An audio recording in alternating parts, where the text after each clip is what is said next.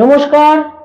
বৃষ রাশি বৃষ লগ্নের জাতক জাতিকাদের 11th হাউসে একাদশে শুক্র গোচর করছে। বৃষ রাশি বৃষ লগ্নের অধিপতি হচ্ছে শুক্র এবং এই শুক্র আগামী 1 মার্চ তাদের একাদশে গোচর করছে এবং এখানে 25 মার্চ পর্যন্ত শুক্র অবস্থান করে থাকবে। অত্যন্ত শুভ এবং ইতিবাচক এই অবস্থান। একে তো তাদের একাদশে রাশি লগ্নের অধিপতি শুক্র গোচর করছে, তার তুঙ্গ গৃহে গোচর করছে এবং সেখানে তাদের যোগকারক গ্রহ শনির সঙ্গে তার সংযোগ সংগঠিত হবে।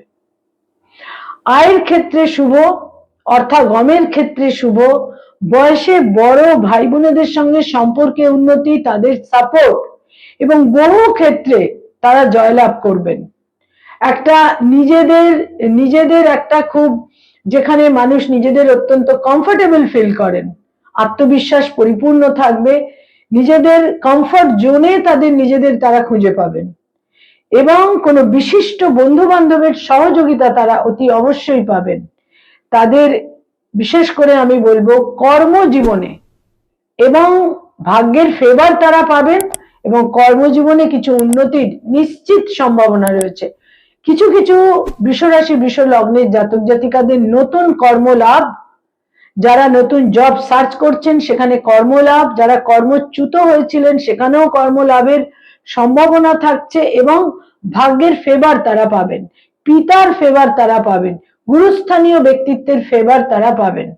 বৃষ রাশি বৃষ লগ্নের জাতক জাতিকাদের জন্য এই যে যোগ 1 মার্চ থেকে 1 মার্চের রাত্রির 12:57 থেকে এই যে সংযোগ, এই যে শুক্রের গোচর এবং তার সঙ্গে শনির যে সংযোগ, এটা কিন্তু তাদের বহু জাতক জাতিকার ক্ষেত্রে রাজযোগের ন্যায় ফল দেবে এবং কিছু বৃষ রাশি বৃষ লগ্নের জাতক জাতিকার সন্তান সম্পর্কে একটা সন্তোষ এবং গৌরব নিশ্চিত রূপে অনুভব করতে পারবেন। নমস্কার।